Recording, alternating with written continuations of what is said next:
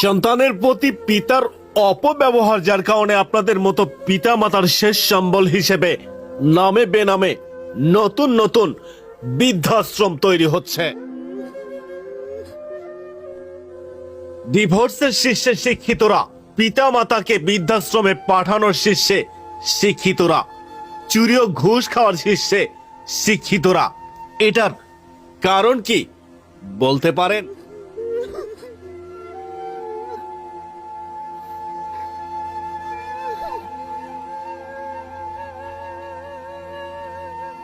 আমি এই মুহূর্তে ডিভোর্সে যাচ্ছি না। আমি চুরি কিংবা ঘুষ সংক্রান্ত বিষয় বলতে চাচ্ছি না। শুধু একটা কথাই বলবো, আপনি আপনার সন্তানের প্রতি সহায় হন। আজ বাদে কাল আপনার ছেলে মেয়ে হয়তো উপার্জন করবে, কিন্তু আপনাদের খারাপ সময় করা ব্যবহারগুলো ভুলতে পারবে তো?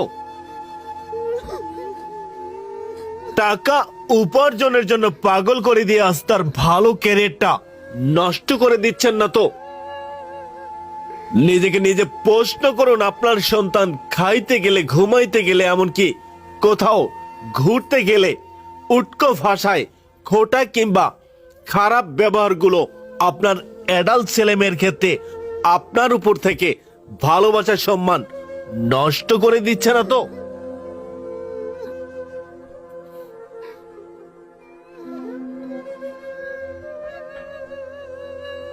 আজকের পর কাল হয়তো আপনি উপার্জন করা বন্ধ করে দিলে ঠিক একই ব্যবহার সহ্য করতে পারবেন তো? ছোটবেলায় কি হয় সেটা হয়তো ছেলেমেয়েরা ভুলে যায়, কিন্তু বড় হলে তাদের সাথে কি হচ্ছে তারা কি সেটা ভুলে যেতে পারে? এবার আপনি বলুন তো, আপনার বৃদ্ধাশ্রমে যাওয়ার কারণটা আপনি নয়তো?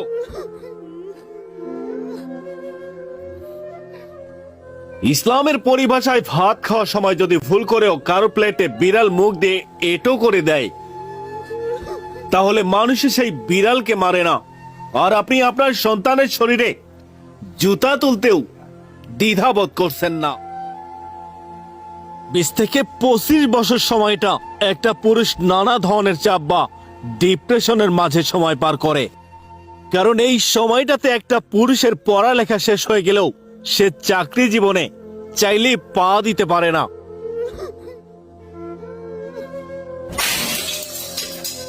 নানান জায়গায় সে চাকরির জন্য ইন্টারভিউ দেয়, কিন্তু সেই চাকরিটা সহজে হয়ে ওঠে না। আর এই চাকরি না পাওয়ার ব্যর্থতা এবং পারিবারিক চাপ মিলিয়ে একটা পুরুষ অনেকেই ভুল পদক্ষেপ নিয়ে থাকে।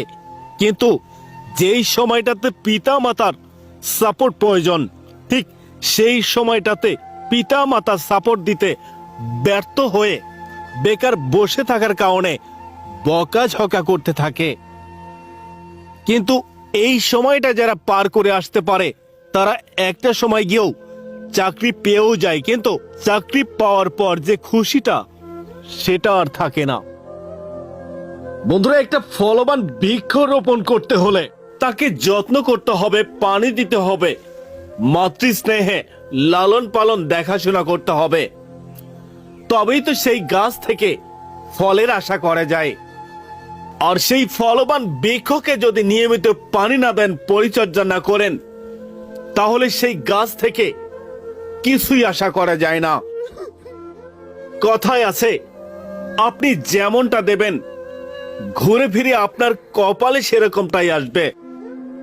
আপনিও তো কারো না কারো সন্তান ছিলেন, হয়তো সেই সন্তানের পিতা মাতা সেই সন্তানের সাথে ছোট থাকতে ঠিক এরকম শিক্ষা কিংবা উটকো ভাবে আচরণ করেছেন, যার কারণে সেই পরিবেশেই বড় হয়ে ঠিক আপনার সন্তানকেও ঘুরে ফিরে একইভাবে শারীরিক মানসিক ভাবে বিপর্যস্তের মধ্যে ফেলেছেন। এতে কি হচ্ছে, আপনার সন্তানের যখন সন্তান হবে সেই সন্তানের ভবিষ্যৎ পরিণতি ঠিক এরকমই হবে। ওই যে কথায় আছে না, যেমন দেবেন তো তেমন পাবেন। একটা পর্যায়ে বৃদ্ধাশ্রম হবে অস্থায়ী ঠিকানা।